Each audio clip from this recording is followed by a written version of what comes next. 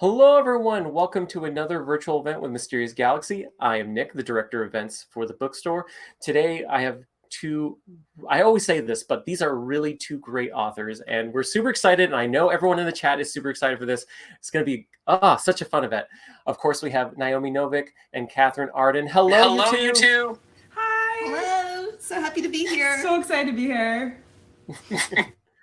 So for those of you who may be joining us that haven't read their books yet, Naomi Novik is the acclaimed New York Times bestselling author of the Nebula Award-winning novel UPROOTED, Spinning Silver, and the 9-volume Temeraire series.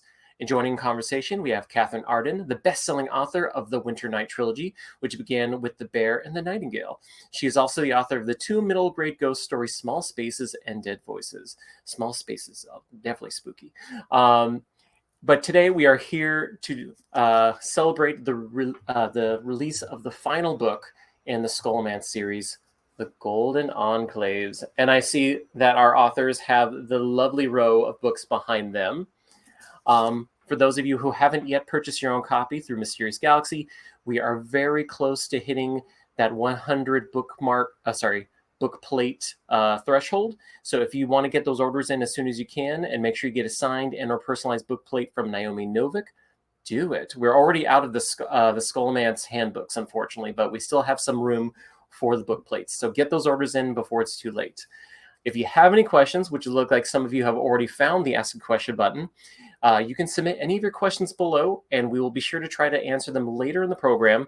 Probably won't get to all of them just because all of you have some wonderful questions already going on. But, we have some... There we go. Oh, no. Okay, we're back. Give me a heart attack for a second. Before I do have a heart attack, I'll go ahead and disappear now. I'll leave it to both Naomi and Katherine to take it away and have a wonderful conversation. I'll see you all later in the program.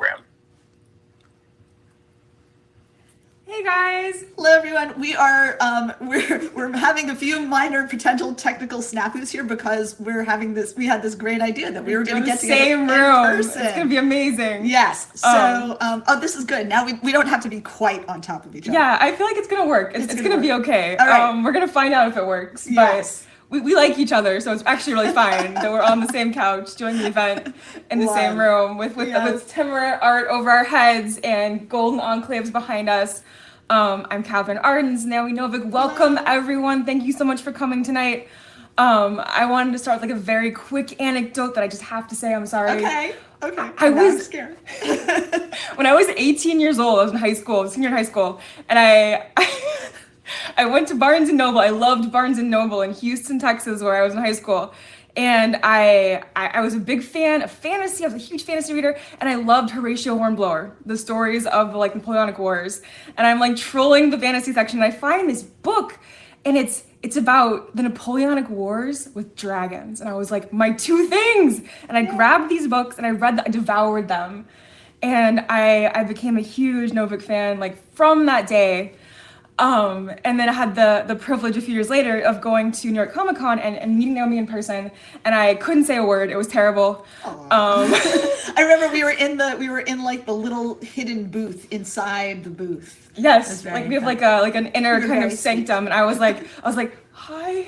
It was very comfortable. But Naomi was really nice about my tongue tiedness. We became friends, and now a few years later, we're celebrating the release of this amazing trilogy finale, which I'm so excited for you guys to read.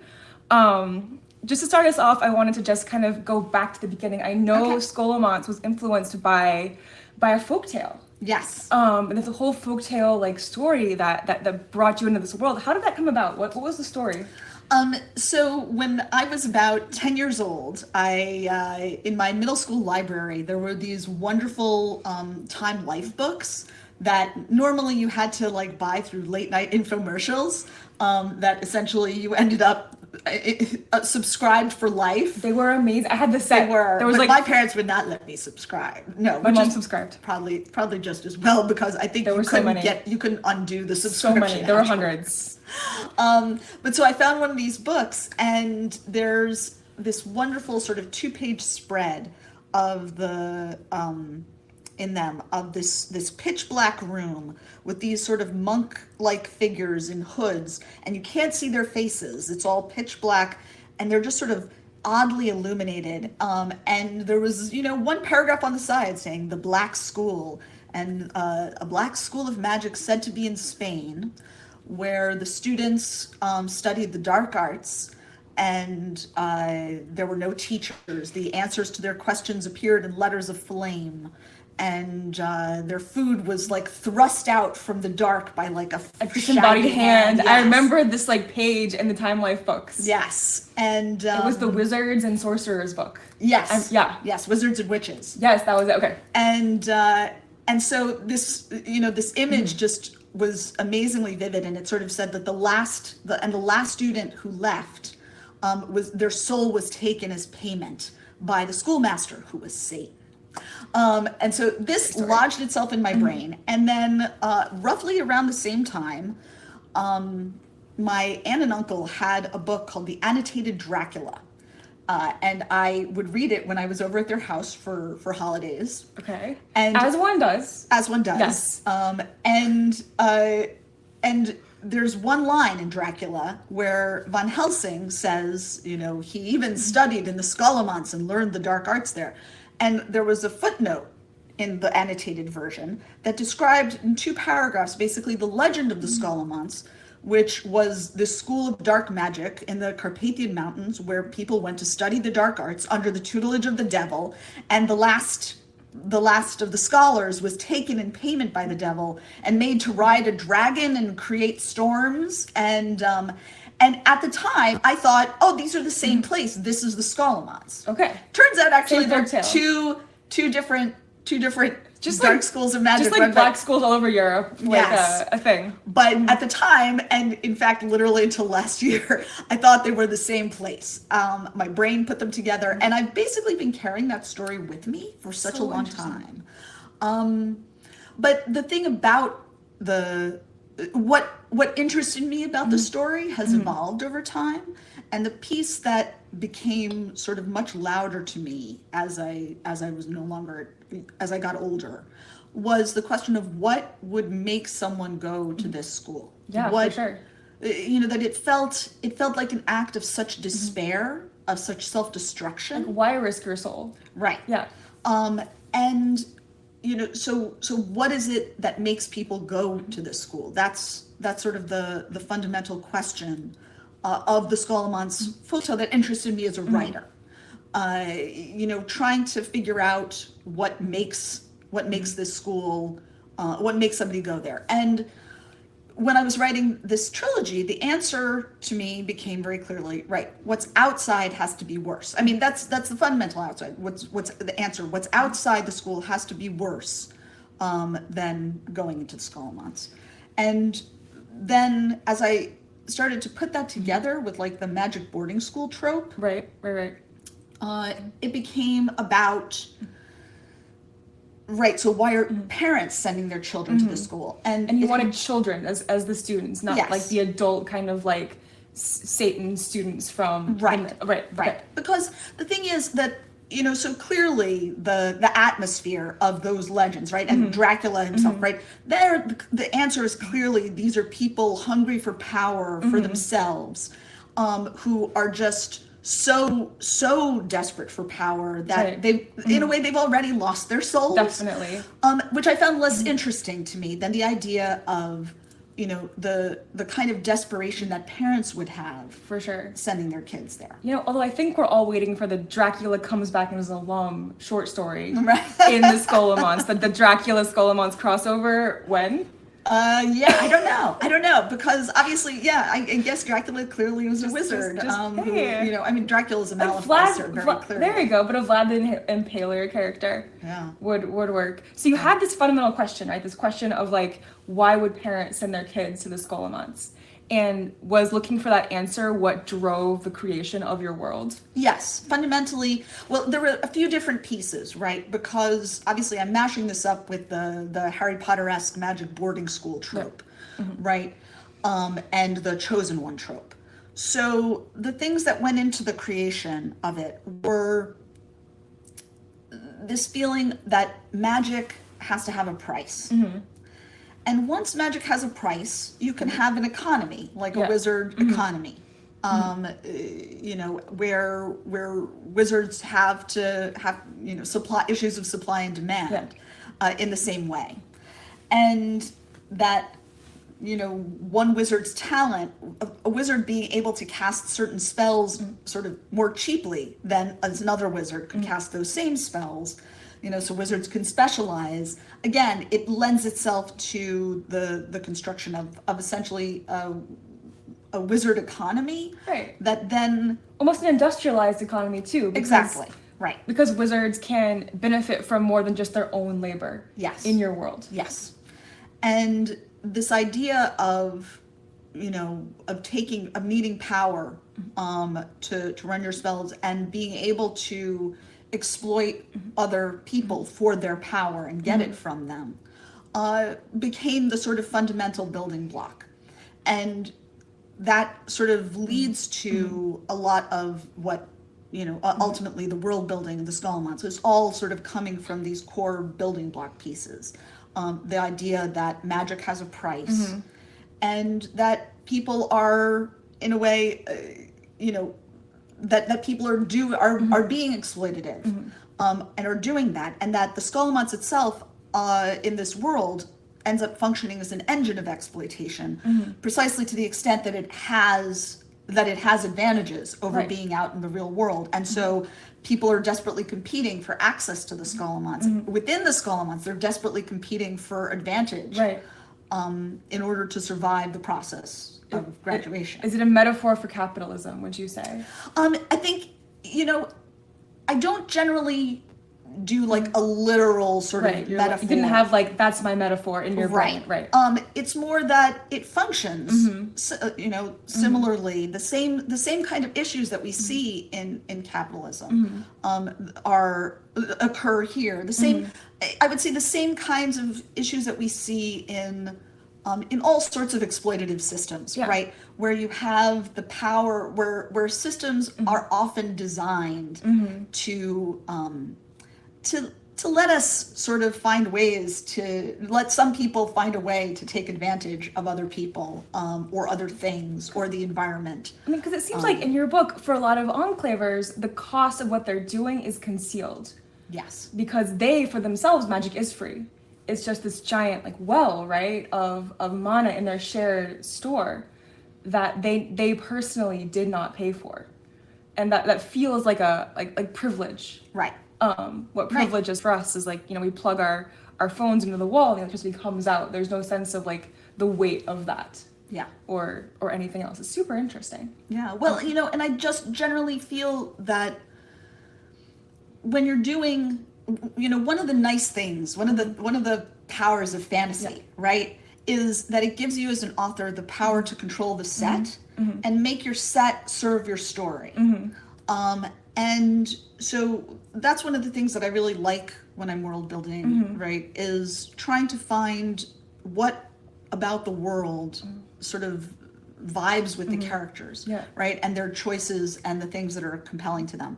And obviously, from the very beginning of this story, I knew I had a really angry heroine. Oh, right. From her first scene, she's like, "You saved my life, and I'm mad at you." Right.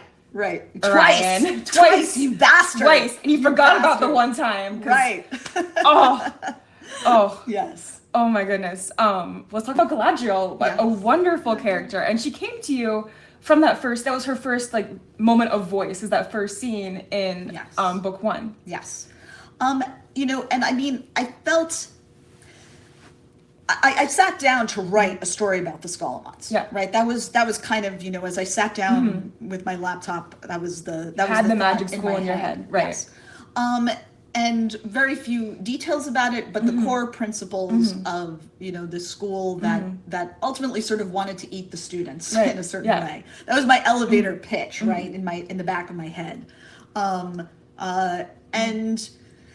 And so thinking about it from that way, I felt like if you were a student in this school, you would be really mad. All the time. Yes. And she is really mad. And also the sense of defending herself against the reality of her situation. And so being a little unreliable in the same way that, you know, you tell yourself stories to get through something hard, Mm-hmm. right? That she's telling herself stories, especially at the beginning of, Right. especially in Deadly Education. Mm-hmm. She's trying desperately to convince herself. She's like, my goal is to become an enclaver. That was her Right. goal from the first scene. Right.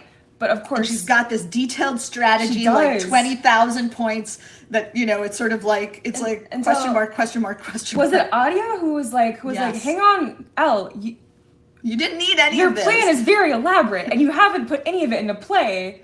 Is your plan serious? And she's like, Right. And she's no. she's like, no, yeah. And the thing is that, so a couple of different things are sort of working Mm-hmm. with Al in the story, where she is trying to convince herself that she's going to survive, Mm-hmm. because without that hope, she would just give up and die. And so she has to sort of keep her own hope alive in an absolutely monstrous place, in an absolutely monstrous situation, totally isolated, no place, like literally no place to stand in a way. Yeah. And that was one of the key pieces of her character, that there was no place for her to truly belong, where she really kind of fit. And so that she would, being this isolated, she has to survive it and hide the sort of the experience, the trauma of her own experience from herself, and convince herself that she's going to find a way to live. Right. Where if she actually sort of recognized her own the fact that you're not going into an enclave, right? You're not making any deals. Yeah. If she recognized that, she would not be able to believe that she was going to live. And because of that, but because of she's sort of having this very carefully constructed defenses, we, the reader, riding inside her head, get to experience the Scholomance through her defenses, as opposed to sort of having the very real, horrific experience, which would not be very pleasurable as a reader. I think it's much more fun. Like her snarky voice lightens Yes. the tone in so many places. Yes. Where it could otherwise be very heavy. Yes, and that the moments where it breaks through, right, then become sort of key points, as opposed to just a relentless sort of horror and misery from the beginning, which I thought was not what I wanted to write. It also seems like she's filtering her experience of herself, not just of the Scholomance, because as we learn, very early on, she has this potential to be a powerful dark sorceress, and if she becomes that, then she's home free, she's safe, Right. she can get out, Right. but she's afraid of dying, but also afraid of becoming something terrible. Yes. And these two sort of almost like opposite forces of fear are really shaping her character. Was that intentional from the Yeah, first scene? absolutely. The sense of, and in fact, that's her other safety valve, right? She thinks of it as her other option. She's like, right? oh yes, if all goes to hell, I could just let it go, open the pipes. Right. And then, she literally has this moment with Jack. Right, early on. Where she's literally been stabbed, and there's no way she can survive. And also, he's so evil. Like, if she was gonna pull his mana away, this evil guy, it's like, well, no loss to the world. She couldn't have done that because he's a Maleficer, so he doesn't actually have mana of his own. Okay, interesting. So she could not. She could have destroyed him, but the mana, she would have been pulling it from other kids. The good kids. Yeah. Okay, unfortunately. The good. Nobody's good. Right. Right. That's the thing, that the Scholomance doesn't allow anybody. The Scholomance, right? That is quite a metaphor, right, or a literalization of adolescence, right? Of the process of becoming an adult. It's like nobody survives. It's a Kobayashi Maru, right? You always, the question is how you fail, how well you can fail. But it seems like Elle does survive, right? Because she is also, the moral absolute. Yes. In a gray world. Yes. And she has to be. Yeah. Right? But even Elle, she takes power shares at times. That's true. She sort of yields to that. As in a human way. Yeah, right? Definitely. But she's trying, she's trying to deny to herself, she's trying to leave the door open in her own head. But when the moment comes, it is not open for her. Right. She would rather be dead than be the person she could be. Yes. In that sense. Yes. Than bring that prophecy true. Right. Let's talk Orion, because I know a lot of people are very excited about Orion and Ellen Orion. Did he come to you in the first scene as well? Yes. I mean, I knew, again, I knew from the beginning that I was going to be playing with this trope of the chosen one, where, the fundamental question of that, right, that I'm interested in as a writer, is who's choosing. Yeah.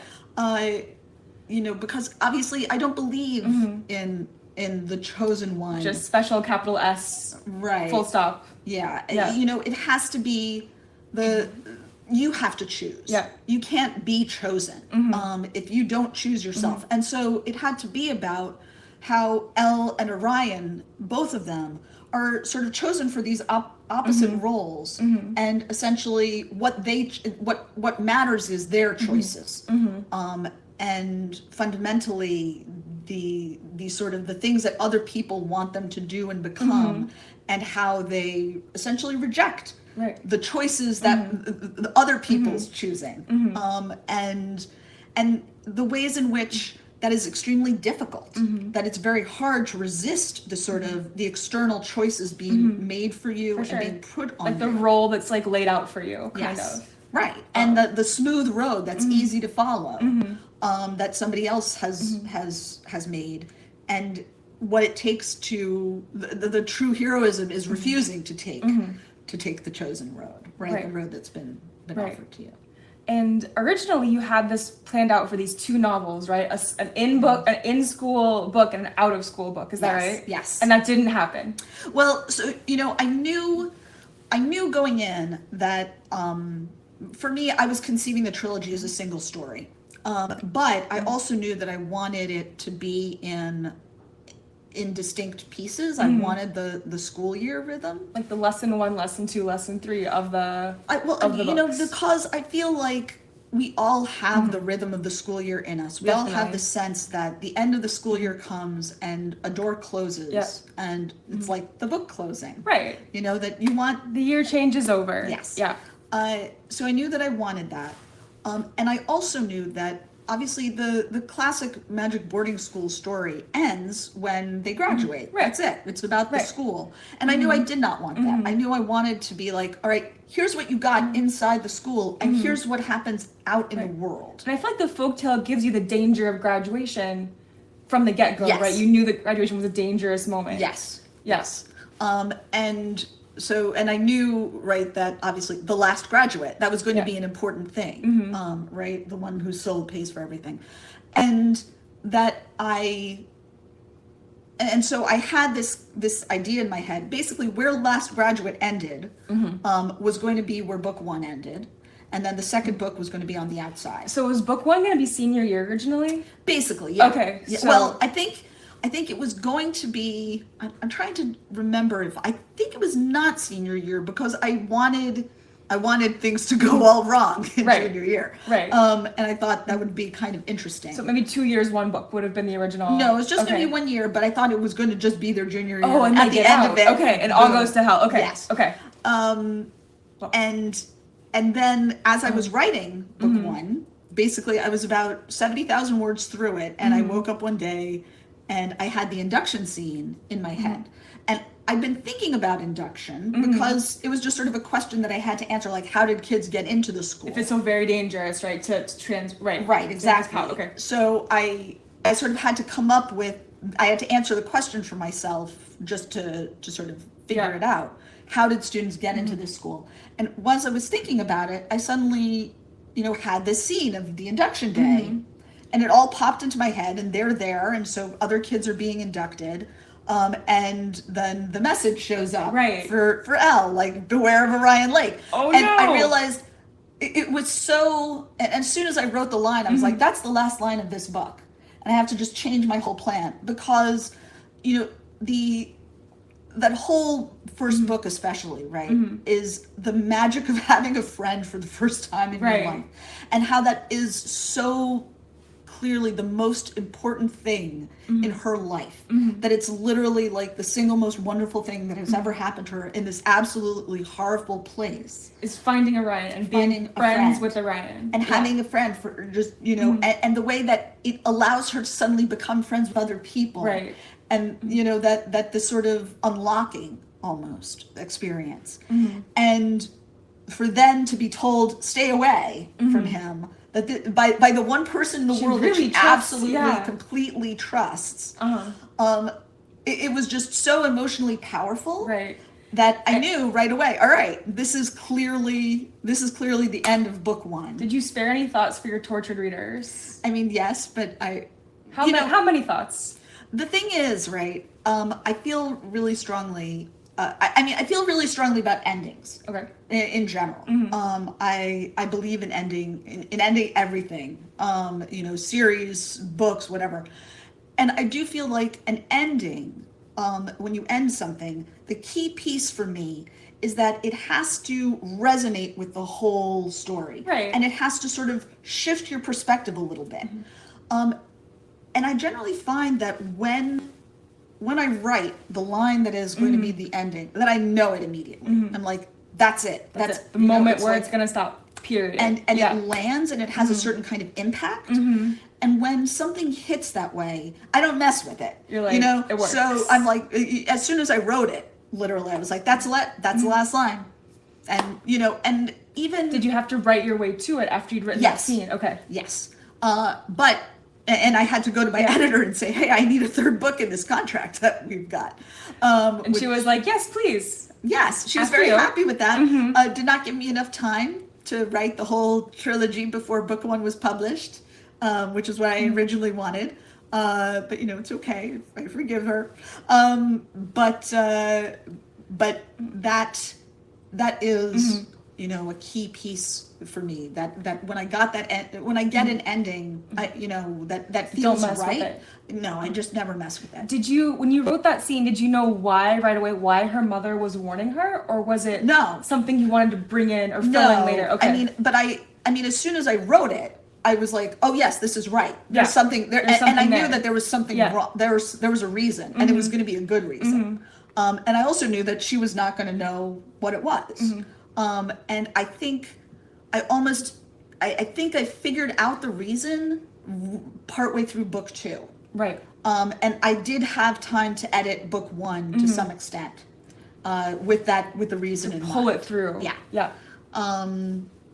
You know, and that, and I knew that at the same time, you know, that it wasn't, in a certain way, the piece for me was that I knew that I was going to do at the start of book one, you know, or quite early at the start of book two, rather, sorry, Last Graduate. That I realized very quickly that for Elle, she was going to be, all right, I believe this. This is not a mistake. This is an absolutely true, well-intentioned... I believe my mother. Yes, I believe my mother, and I don't care. I'm going to ignore it. Right? Yeah. And that was the only choice that she could make, right? That was, you know, her feelings for what Orion meant to her. For sure.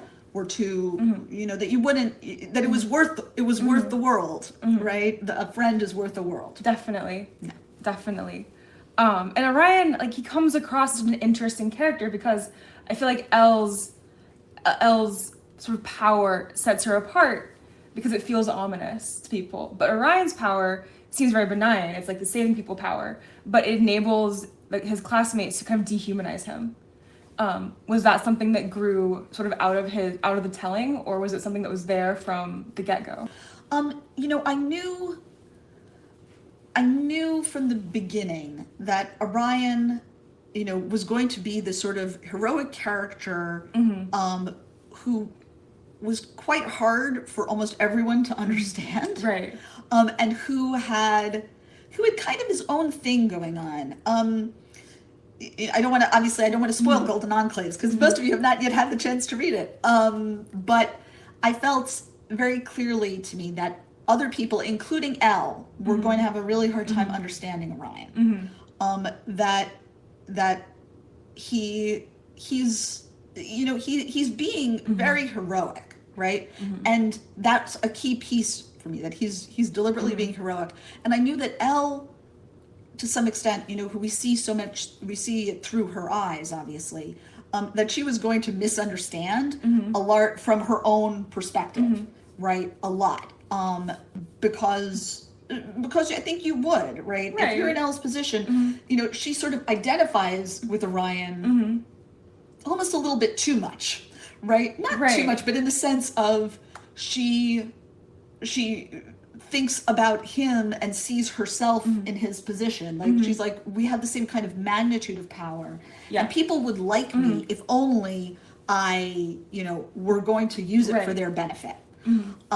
The way Orion does. Yes. And Orion is therefore, she's like, he's doing this in order to be loved, in order to be accepted. And of course, everybody does in fact love him. And he is, this golden boy in the school. Absolutely. It's the opposite, right? Elle cannot get anybody to sit next to her in the cafeteria. Everybody would literally give their seat, give their entire tray of food, anything, just to sit next to Orion. They adore Orion, but they don't like Orion. Right. And Elle's over here not adoring, but she comes to like him, which seemed like a first for him too. Which is such a moving thing for me to read, Yeah.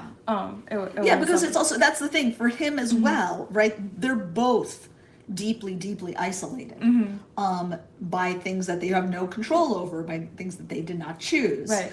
And then finding one another and choosing one another. It was very beautiful and romantic.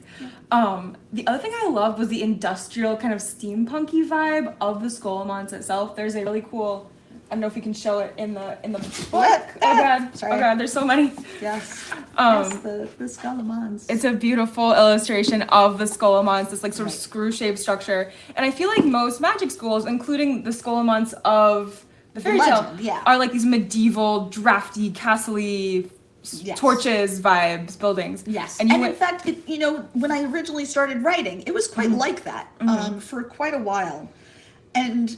But increasingly, precisely because it was all about magic having a cost, right? Which itself goes to economy, supply and demand, exploitation. I very quickly sort of got the sense of the Scholomance as this sort of industrial machine. I remember very vividly having an image in my head of like some old photographs of like the construction of the Titanic. Interesting. Where you see the propeller is like this big, and here's the little person. Tiny human, and this sense of like this thing could just chew people up. Right. And that's what the school was doing, right? It's literally chewing up the students. And the way in which that is serving the goals of the people who build it and create it and pay for it. Especially since it was built during the industrial by Great Britain, which was the country kind of like industrializing the fastest. Right, exactly. And so, that's, it all sort of connected for me to that. And that's, so that very quickly became, I think I was about halfway through when the physical shape of it started to crystallize for me. The way it's like on a swivel, like a screw, like it moves. Yeah. Right. And the sense that that's how the seniors get down to the graduation level, that their floor rotates. And once I knew that, right, I was like, okay, at that point, I had the sort of the concept, and then I was like, all right, so the rooms are out in this space. And then I, basically did some research into the smallest student dorms that are out there. That could be viable for a human. Yes. Yeah. And it's like 7 feet wide. Is the minimum. So I basically sounds very small. Created 7 foot wide rooms for the students, and I felt like I wanted 1,600 students. That was what I needed to have reasonable proportions from reasonable absolute numbers of students from most parts of the world. And so that then gave me like this shape and literally the numbers. I just did the math. Did some math 7 for the feet size of the school. For the circumference. And then as you can perhaps see on here, maybe you can see that I basically like made each room, so that there are multiple multiple rooms. It's the interior and exterior, interior and exterior rooms. You can see it on your own copy when you get it. Yes. You have these beautiful end papers with these schematics of the Scholomance. Yes, and that that basically gave me the circumference of the interior, and helped me figure out that it was just massive, An enormous school. absolutely massive. It's so big. Yes, to the point that there's all these that it makes it very easy, even for such a large number of students, that there are lots of places where you're alone. You could be alone and in the dark, and that became a feature, not a bug, right? Because not every student is able to get out. Right. Whew, on that dark note, there's so many wonderful questions coming in, and we have about 25 minutes left, and we were hoping to start the Q&A as early as possible to get through as many people's questions. I'm terrified of touching this because I almost ended our live stream before. Here we go. So I got it. Naomi, who is blessed Butterfinger, is going to let's just start with the most upvoted and go down. Just go for it. So this question from Candace: would you consider writing in the same universe after this series? I know the answer. Please go on. I already have, actually. Yeah. So my next piece, the next project is a very large project that I'm trying to manage to write the whole thing before the first book actually gets published, so I can control the beginning. But so it's going to take me at least a couple years to write. So the next book that actually is going to come out is going to be an anthology of short stories. That lots of my stories of short fiction has appeared in many different anthologies, group anthologies before, and we're collecting them together. And I'm writing a couple of new stories, and one of them is a Scholomance short story. That is it a prequel or no? It's after the Golden Enclaves. It's set after the Golden Enclaves. So super exciting. Yes. And I can definitely, I do feel, I'm a butterfly. I like to flit away to new and exciting flowers. Yes. And so I never say never, because one day I will just sit down and write the first line of something and be like, oh, this is another Scholomance story or another Scholomance book. But I hope, right, that when you finish the Golden Enclaves, my ideal, right, is that when you close the book, you feel satisfied and you feel like the narrative has come to a satisfying close, but that you also feel that the world is still almost existing there and out there for you to sort of imagine further things happening, imagine different characters into it. I come from writing fanfic. That's where I learned to write, and which I still love doing. And I feel like for me, when I write fanfic, it's because a world is alive in me and it feels like a real place that I can go to. And I felt that Scholomance universe in particular, of the many things I've written, felt to me like the most sort of inviting. It has like a big sandbox potential. Right. I feel like it's got sufficient structure, and also sufficient openness. So I do feel like there's plenty of room for other Scholomance stories. Yeah. Ready for that Dracula crossover. Right. I just keep talking about that. Let's go to the next question, please. I'm so afraid. I'm going to do it very carefully. You can just look. It's right there. Okay. I think the series Galaxy. Oh, that's so great. Okay. Keep my hands to myself. This is a question from Lindsay. How does the trauma of the Scholomance experience affect the adult society in the world around it? You have to read the Golden Enclaves. I wrote a book. To tell you about it. I think that obviously some of the effects are visible in here. And I think one of the key pieces for me was a kind of circularity, which I hope will become clear in the book, which is the way in which the world that they're building is leading to the trauma in the Scholomance, is then feeding into the world, back into the world, and that vicious cycle, the cycle of a system that doesn't actually work for humans. Exploitative world goes to exploitative school, which feeds back into the exploitative. Right. Okay. Yeah. And one of the things I will say, right, that was in my head quite a lot while writing the Scholomance. And obviously mediated by the fact I'm doing this from inside Elle's head, and Elle is in the position of least privilege in the school imaginable and experiences the Enclavers as these enormously privileged, terrible people. Right. And yet what I was trying to keep in my head the whole time, and which obviously becomes key in The Last Graduate and becomes key in Elle's own growth, that she sort of has to, in a way, accept in order to sort of survive the Scholomance as the kind of person that she wants to be, which is that everyone in the Scholomance is a child. Everyone in the Scholomance is in hideous danger. You know, frightened kid. Right. Yeah. That the Enclavers have like an 80% survival rate in the Scholomance.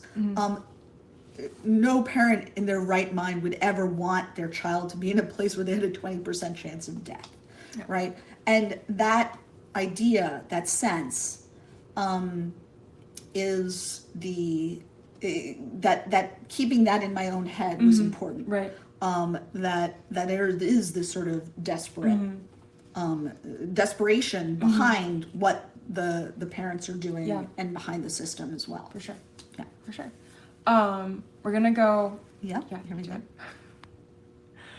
No, there we go. Down. The next question is from Catherine. Good name. Was there a scene in this book that was your favorite to write? Can you tell us just enough that we recognize it when we get to it? I'm going to add a little corollary. What's your favorite scene in the whole series as well? Favorite. I'm trying to think. I think, favorite scenes for me are very often ones where where there's a problem that I solve, where there's a question that I answer. And for me, I would say in this one, probably there's a climactic scene towards the end, where when I wrote the scene, I was sort of like, I'm so happy. It all resolved. It happened. Landed. And so that was extremely satisfying. I really am very pleased with the Monmouth in the library in A Deadly Education. I feel like it's hard to say that's my favorite scene because it's such a terrible scene at the same time. But writing that scene told me so much about the story that I was writing, told me so much about Elle, told me so much about the world, and sort of like the whole trilogy really kind of coalesced in that scene. And so I find that scene really happy making as a writer. It's not sort of necessarily like happy, fun scene. So I feel like those would be my picks. Can I confess like a sentimental attachment to the scene at the end of the first book when the mortal flame is coming and Orion's like, we'll die together, and it's all emotional, and she's like, get down, and like casts a fire break, and it's just like, it encapsulates their personalities so well, and then she runs away, and I love that scene. It made me laugh. I like that scene too. It's like, what do you mean we are dating? You are dating, you bastard. What? Oh my god, no, be quiet. Right. It was just them in a nutshell, and I love that scene. Yes. Oh my goodness. Shall we? Yeah, okay. I think it's already there. Okay. This is from Sarah. Yay. Hi, Naomi and Catherine. I'm a huge fan of both of you. Yay. My question is, how much world building do you figure out versus what we actually read on the page? Okay, like what do you know beyond this? For me, I try to know as little as possible.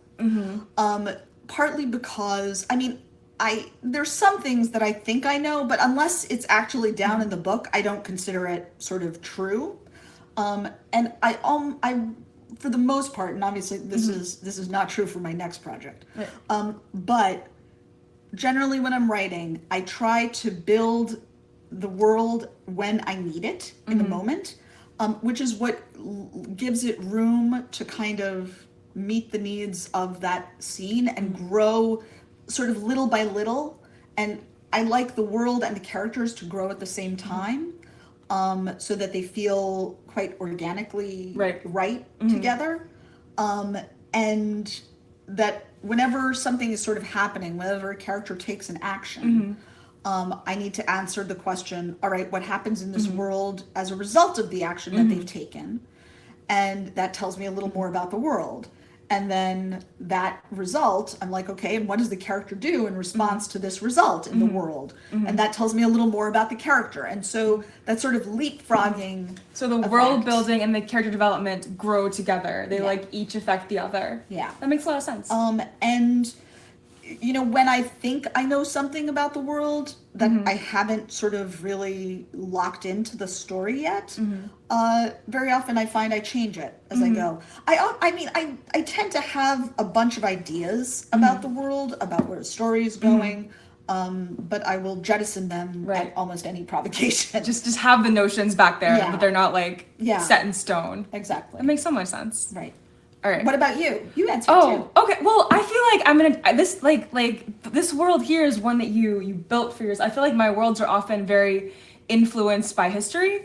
Like Winternight, my medieval Russian series was set in a historical like moment, and it was based on folklore. And so, if I didn't have an answer, I'd go to my like a history book or to folklore. So I feel like I had these parameters to work from. It wasn't just like sort of building the world whole cloth in the same way. Right. So very different kind of endeavors. It must have been like Temeraire a bit for you, where you're like looking through history at your fantasy and vice versa. Yeah. Okay. From Candace, yes? Yes. Okay. Who is your favorite character in the series, or at least one you felt most attuned to when developing? I mean, Elle. I loved Elle. Elle is great. Obviously, you know, sort of. Obviously, she's my point of view character, so I love her. But also, I really loved her. You know, I was like, you're awesome. You know. I love Liesel. I feel like you write the conniving truth tellers very well, and I have this dream of seeing a book that like is based on, like centered around like a conniving truth teller one day. One day. Because I feel like you know, I have to say, I also really loved Anya. I like Anya too. You know, like who's just sort of like taking no shit. Yeah. I'm sorry. For sure. I'm not allowed to say that word on the yes. Children. Yes.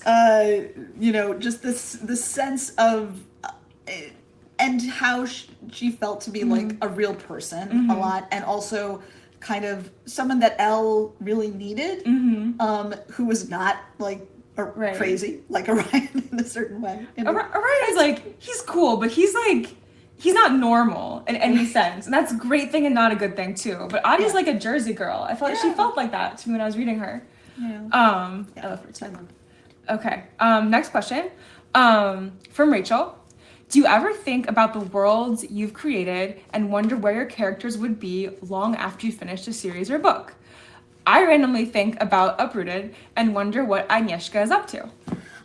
You know, it's more like what I was sort of saying earlier, right? About my goal that when you close the book, I want you to feel satisfied that a narrative has ended, but also feel that the world is continuing on. So for me, I feel like, yes, but I don't know what Agnieszka's up to. I have no idea. If I did, I would write it down. But I do feel like I would like it to sort of feel like, you know, she's out there. She's out there. Yeah. She's in the wood. Her life went on. She's working. Her life is going on. And there's all sorts of interesting things happening to her. And one day maybe I will find out what some of those things are and write them down. Or, you know, you can think of some of them and write them down as fanfic, you know. In my headcanon, the wood in Uprooted, there's a way through it to the Starry Kingdom and Spinning Silver. I feel like I don't know. I want them to be continuous in my brain. I think for me actually the continuous piece is the hut. Okay. Baba Yaga's hut. I think it exists in both worlds. It like stomps around because there's the magical cottage in Spinning Silver. Yeah, that's Baba Yaga's house. Yeah. Sorry. Yes, my that's brain Baba is Yaga's exploded. house. I love that. And my so gosh. is the cottage in the wood and Uprooted. Oh, amazing. You know that it's all Baba Yaga's. She's always there. She's moving around. Always there. You know, in both. I wanted her to appear in Uprooted, but she just wouldn't show up. Right. And I was like, I kind of wanted her to appear in Spinning Silver. Nope. She was like, no. She was there in spirit and motoring. You know, her house is there, but she's not there. I had her in Winternight too. Yeah. She's everywhere. Yeah. Best character. I feel like that's right. She's just got to be everywhere. All right, next question. This is from Larkspur. Are you excited that the finale is out in the world? Is there anything non-spoilery you could say that you would have liked to include but didn't or couldn't? No, it's all in there. It's all in Nice. there. Yes, I'm very, very excited, not least because I do feel a certain degree of sorry, not sorry guilt about the cliffhangers that I That was inflicted so. on it. I was lucky because I finished Last Graduate and I actually had like a very very early like piece of the third book to look. I was like I must have it now and started reading. So I didn't have to feel I think the same extreme Sorry. agony I'm sorry. that you put your readers I'm through sorry. when it's one of those things where it's like I sent the ending of Last Graduate to my editor. My editor was like, "Well, you really shouldn't end it there. You should what do a more." And I'm hellish like, "No, cliffhanger. Sorry, Like that's where it ended. That was where it ended. like Orion, the mom out's coming. She's gone. Oh my gosh. Yes, I'm sorry. But anyway, but I did feel like, and it had, again, that was the ending. That's where the ending belonged. That's she graduated. That's where it had to end.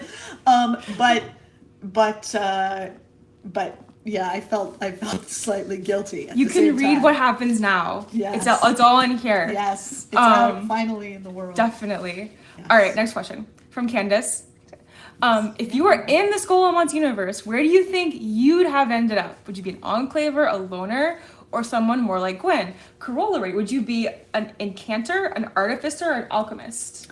I think I would have been an incantor. Okay. Well, actually, I don't know. I could have been artifice or encounter. I don't know. I mean, obviously, because I do engineering and I Right. like cooking and I like You do words too occasionally, words. yeah. So I mean, I don't know. Actually, I mean, I feel like I don't know.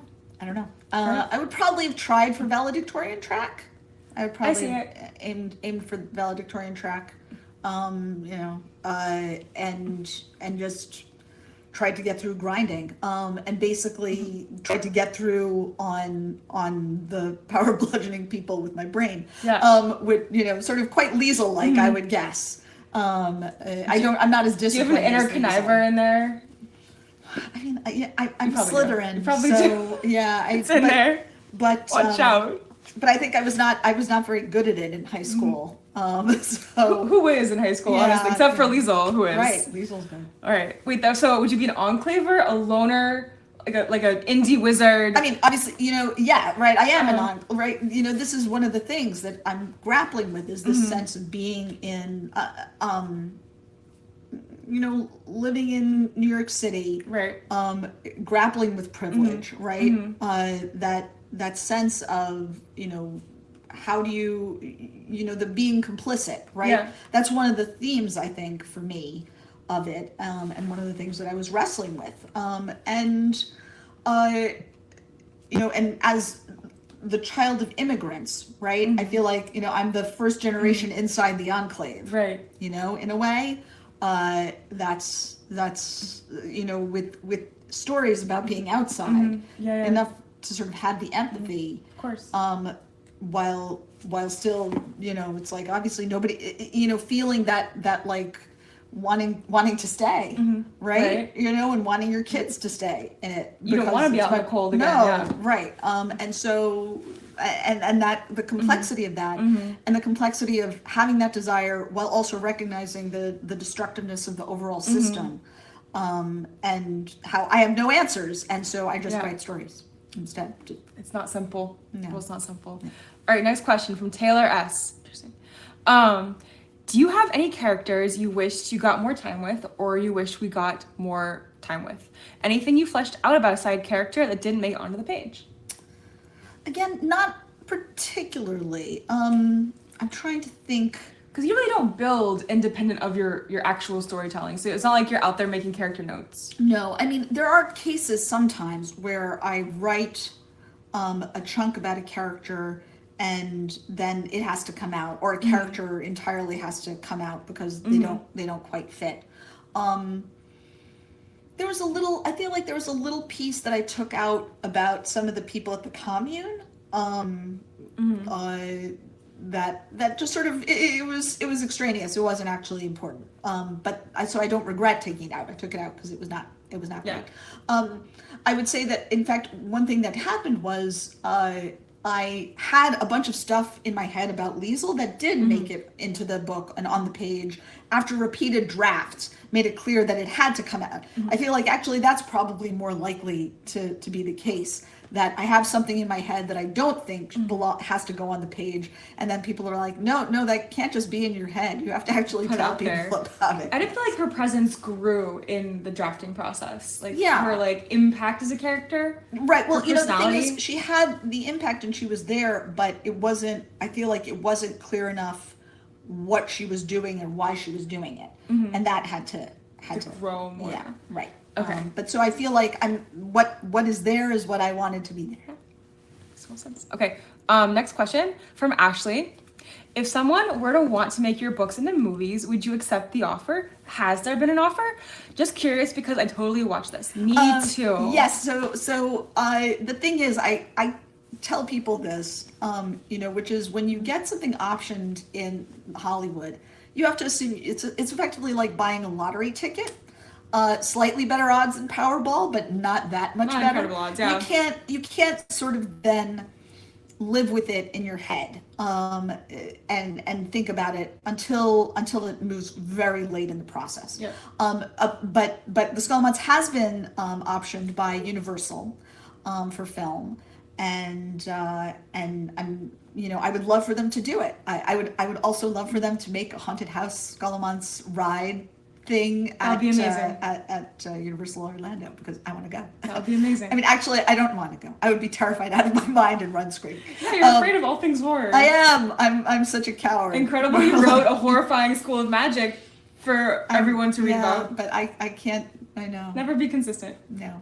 All right, next question. What are both of your favorite fantasy series and why? Wow. Wow. One. God. I'm trying to think. I mean, Top three. I have to always go to. Well, I love the DeMar books by Robin McKinley. I love There's them only too. two. They count as a series. Yes. It counts. It counts. It does. I There was a short love- story too. Three things.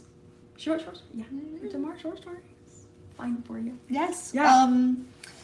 In fact, I was just talking about The Dark is Rising. Susan Cooper's The Dark is Rising. I love those too. Although the ending is The last wrong. one was terrible. The The last ending one is was terrible. wrong. I agree. Skip the ending. I mean, just don't believe the ending. Read the ending. No, you can And skip then- it. Yeah, it's okay. You can skip the ending. Read The Darkest Rising and The Grey King, which are the best ones.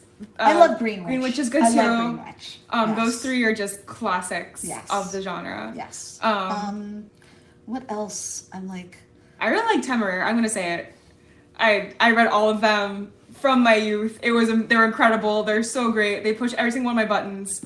I'm a Yes, history well, and buff. I love Winternight, as I have met so many. But I think we're at other people. Other humans. people. I like the Farseer trilogy with Robin Hobb. Is amazing. I do love Farseer. I love the Lord of the Rings. Mm-hmm. You know, Rings is great. I love the Lord of the Rings. Sort of talking about today, actually, about how the problem for me with reading fanfic of books in general, actually, fanfic that transforms a TV or movie into text, I tend to like better. But with Tolkien in particular, there's so much that about him that informs those books that I feel like it's really, really hard to write them, to write fanfic of them, or, you know, to sort of, and that's part of what makes them so wonderful. That's amazing. Yeah. All right, let's see. Let's see. Oh, this is a good question from Bianca. For both Naomi and Catherine. What are you working on next? You have a cool idea going. I'm really excited about it. And do you have plans for more adult books in the future? Yeah. Please. Yeah. So my next project is called Folly. And it's going to be a bit of a departure for me, like I sort of briefly mentioned, because it's a secondary world story, meaning, you know, I'm creating a world for it. And I'm actually building the world first. So there's a map. It's so cool. I'm making a map, figuring out literally like where the biomes and the ocean currents and the winds are. And then I'm going to be building some cultures and building history and some backstory before I actually start sitting down to write the story. So I'm scared I do fear that I might do a lot of work and then start writing the story and being like, and the story is like, and now we're going over here to this completely different story and Like, you world. won't stay in your sandbox that you built. I'm a little anxious about it, but I'm trying. And I generally believe in playing with process. I find playing with process sort of fuels interesting stuff for me. But what I think Folly is going to be about is about how places and people sort of shape one another, and it's going to be about about community and family, and collaboration, as many of my works are. I think that's a sort of fairly common theme, but this one's also potentially going to be about storytelling itself, and some feelings I have about that. I'm very excited for it. It is 10. Oh no. It is 10. It is 10. I feel like we got your feature. Yes. I think we should end on that note. But wait, no, we have to tell you Catherine's next book is end on amazing. me. She just delivered it. I We're did. so happy. I'm She needs to do like a victory I know. lap. I'm Yes. actually here in New York because I turned my book in, and so now I'm like free and I can gamble through the streets and hang out with Naomi, and it's Yes. great. But it's done. It's historical fantasy. It's set during the First World War. It was a long time in the writing. Naomi sort of had to sit through a lot of my like angsting about Amazing. it, but it's done now. It's pretty much there, and hopefully you'll get announcement about things like covers and titles very soon. But everyone, please, thank you for coming. Please buy the Golden Enclaves. It's an amazing book, an amazing series.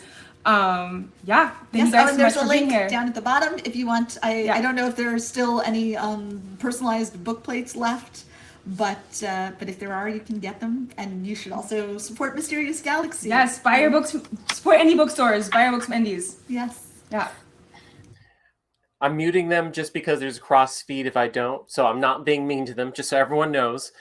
Thank you so much. And in case you do order and you mention, oh, I wanted the book plate, and we happen to be out of it, we will let you know. It's not like we'll take your money and go, haha, no book plate for you. We'll let you know and see if you still want it, which hopefully you do, because it's, like they said, a wonderful book. But before we go, I must ask them, and I'll unmute the microphone, where can people find you on social media? I'm at Naomi Novik, basically everywhere: Instagram, Twitter, Facebook. I'm at Arden_Katherine just because Katherine Arden was taken. So, but I'm easy to find on all platforms. So yeah, give us a follow. Perfect. Thank you so much, everyone, for being here. And thank you, Naomi. And thank you, Katherine. This was wonderful. We couldn't have obviously done this without you. We are so appreciative. Have a good night, everyone. Good night.